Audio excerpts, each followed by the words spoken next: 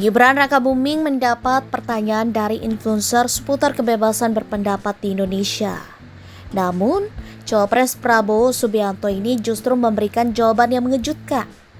Cawapres nomor urut 2 di Pilpres 2024 ini justru menyinggung intelijen yang menyamar menjadi tukang bakso. Menurut Gibran, kebebasan berpendapat di Indonesia baik-baik saja.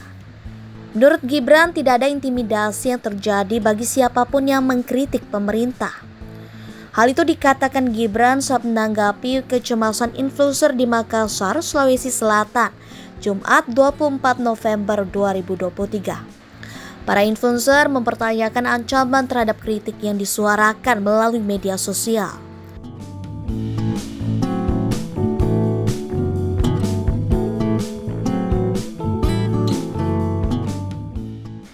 Sebelumnya, salah seorang influencer melontarkan pertanyaan mengenai apakah wajar bila seseorang dengan banyak pengikut di media sosial menyuarakan kritik terhadap pemerintah. Influencer itu merasa cemas terhadap ancaman-ancaman yang mungkin timbul karena kritik tersebut. Gibran lalu bertanya balik mengenai pengalaman si penanya soal ancaman yang ia maksud.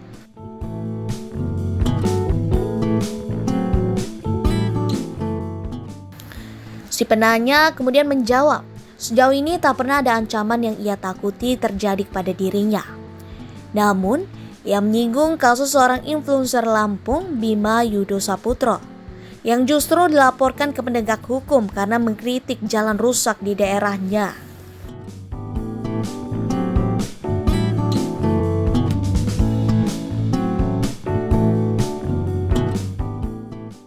Si penanya kemudian menegaskan bahwa dirinya merasa was-was.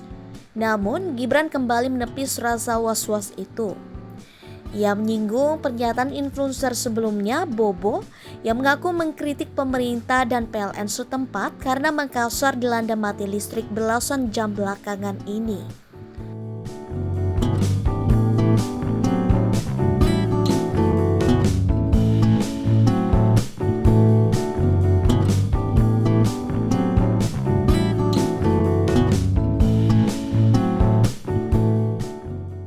Pemerintah revisi Undang-Undang ITE.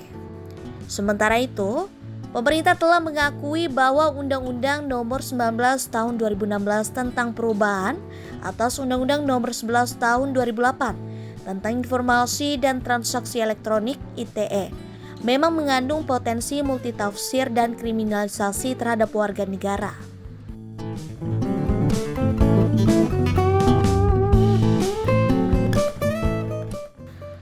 Pemerintah kemudian sepakat merevisi secara terbatas 4 pasal di dalamnya yang saat ini masih diproses. Akan tetapi, Komisi Nasional Hak Asasi Manusia (Komnas HAM) mempertanyakan dasar pemerintah yang hanya merevisi 4 pasal Undang-Undang ITE, itu yakni pasal 27, 28, 29, dan 36. Komisioner Pengkajian dan Penelitian Komnas HAM, Sandra Yati Modiaga, dalam keterangan tertulis yang diterima Kompas.com Rabu 16 Juni 2021 menyebut sumber pelanggaran hak atas kebebasan berpendapat dan berekspresi tidak hanya terletak pada keempat pasal tersebut.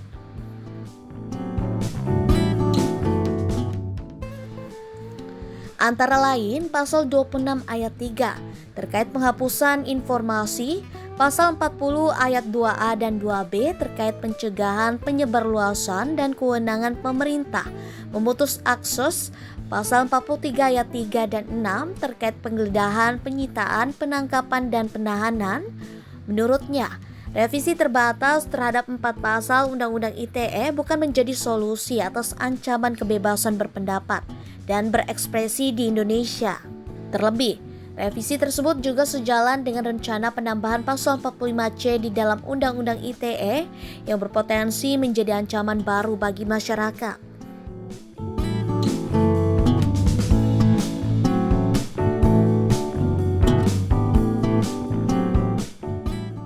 Ia menambahkan, Pada dasarnya, Komnas HAM mendukung langkah pemerintah yang akan merevisi terbatas Undang-Undang ITE guna menghormati, melindungi, dan memenuhi hak atas kebebasan berpendapat dan berekspresi. Kendati demikian, revisi tersebut seharusnya tetap mengedepankan prinsip HAM. Revisi tersebut selayaknya mengedepankan prinsip-prinsip HAM karena seluruh kebijakan harus mengadopsi prinsip-prinsip dan norma HAM. Imbu Sandrayati. Sebelumnya, pemerintah memutuskan akan merevisi 4 pasal Undang-Undang ITE setelah mendapat persetujuan dari Presiden Joko Widodo.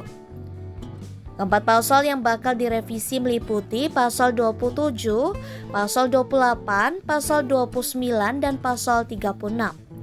Perbaikan ini juga satu paket dengan penambahan satu pasal dalam Undang-Undang ITE, yakni pasal 45C.